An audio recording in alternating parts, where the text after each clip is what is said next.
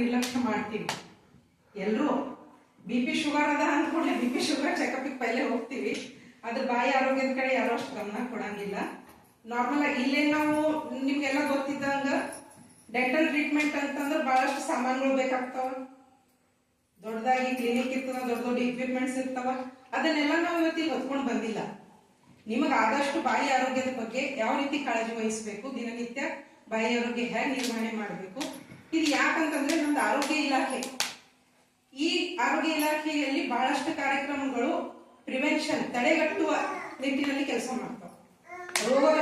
ರೋಗಗಳು ಬಂದ ಮೇಲೆ ಟ್ರೀಟ್ಮೆಂಟ್ ಕೊಡೋದಲ್ಲ, ರೋಗಗಳು ಬರದೇ ಇರುವಂಗ ನಾವು ನೋಡ್ಕೋಬೇಕಂತ ಹೇಳಿ ನಮ್ಮ ಮೇನ್ ಅದರದ್ದು ಧ್ಯೇಯ ಆಗಿತ್ತು. ಹಾಗಾಗಿ ಇವತ್ತು ನಾರ್ಮಲ್ ಆಗಿ ನಾವು ಹ್ಯಾಂಡ್ ಬ್ರಷ್ ಮಾಡಬೇಕು, ನಮ್ಮ ನಾರ್ಮಲ್ ಬಾಯಿ ಆರೋಗ್ಯ ಅಂದ್ರೆ ಏನು, ಬಾಯಲ್ಲಿ ಕಾಣುವಂತ ಕಾಮನ್ ರೋಗಗಳು ಯಾವುವು, ಅದನ್ನು ನಾವು ಯಾವ ರೀತಿ ನಿಯಂತ್ರಣ ಮಾಡಬಹುದು, ಇದ್ರ ಬಗ್ಗೆ ಮಾಹಿತಿ ಕೊಡೋಣ ಅಂತ ಹೇಳಿ ನಾವು ಇಲ್ಲಿ ಬಂದಿದ್ದೀವಿ. ಬಹಳಷ್ಟು ಜನ ಅಂಜೆ ಬರ್ಲಿಕ್ಕಿಲ್ಲ, ಪಕ್ಕಡ ತಗೊಂಡು ಮಾಡ್ತಿರ್ತಾರೆ ಅಂತ ಹೇಳಿ.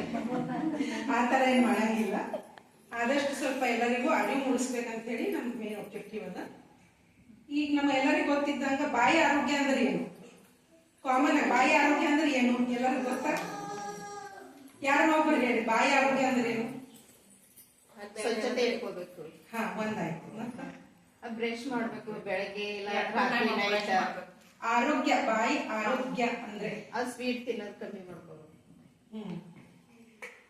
ಬಾಯಿ ಆರೋಗ್ಯಕರವಾಗಿದೆ ಅಂತ ನಾವು ಯಾವ್ದು ಇದ್ರಲ್ಲಿ ಹೇಳ್ತೀವಿ ಅಂತಂದ್ರೆ ಒಂದು ಡೆಫಿನೇಷನ್, ಎಲ್ಲದಕ್ಕೂ ಡೆಫಿನೇಷನ್ಸ್ ಇರ್ತಾವ.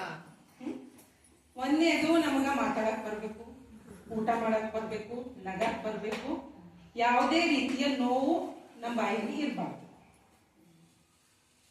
ಊಟ ಮಾಡಕ್ ಬರ್ಬೇಕು, ನಗಕ್ ಬರ್ಬೇಕು, ಮಾತಾಡಕ್ ಬರ್ಬೇಕು, ಯಾವುದೇ ರೀತಿಯ ನೋವು ಬಾಯಲ್ಲಿ ಇರಬಾರ್ದು.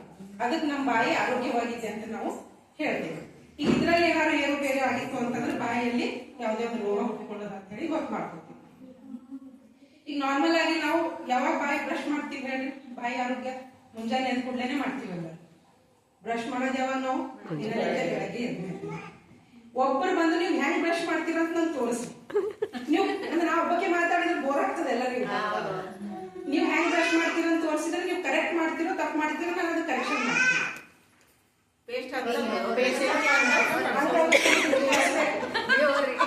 ಒಬ್ರು ಬಂದು ಅದು ಕರೆಕ್ಷನ್ ಮಾಡೋ ಮತ್ ನಾವು ಇದು ನಿಮ್ ಬಾಯಿ ಅಂತ ತಿಳ್ಕೋಬೇಕು. ಇದು ಬ್ರಷ್ ಮಾಡೋದು ನೀವು ದಿನ ಹೆಂಗ್ ಬ್ರಷ್ ಮಾಡ್ತೀರಿ ಅದು ತೋರಿಸ್ತೀವಿ. ನಾ ಮಾಡೋದು ಈಸಿ.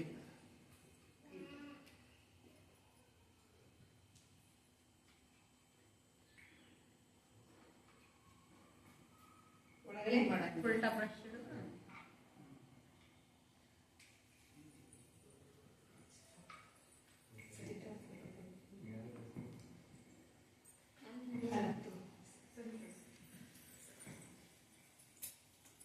ಮತ್ತೊಬ್ರು ನೀವು ಹುಡುಗಿಯರ್ ನೀವು ಬಾ ಬಾ ಬಾ ಫಾಸ್ಟ್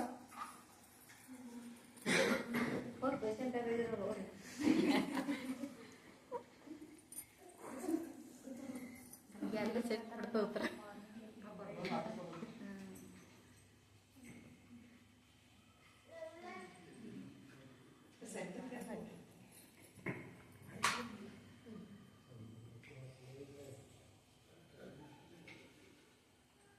ಈಗ ನಾವ್ ಇಬ್ರಿಗೆ ಬ್ರಷ್ ಮಾಡೋದ್ ನೋಡಿದ್ವಿ.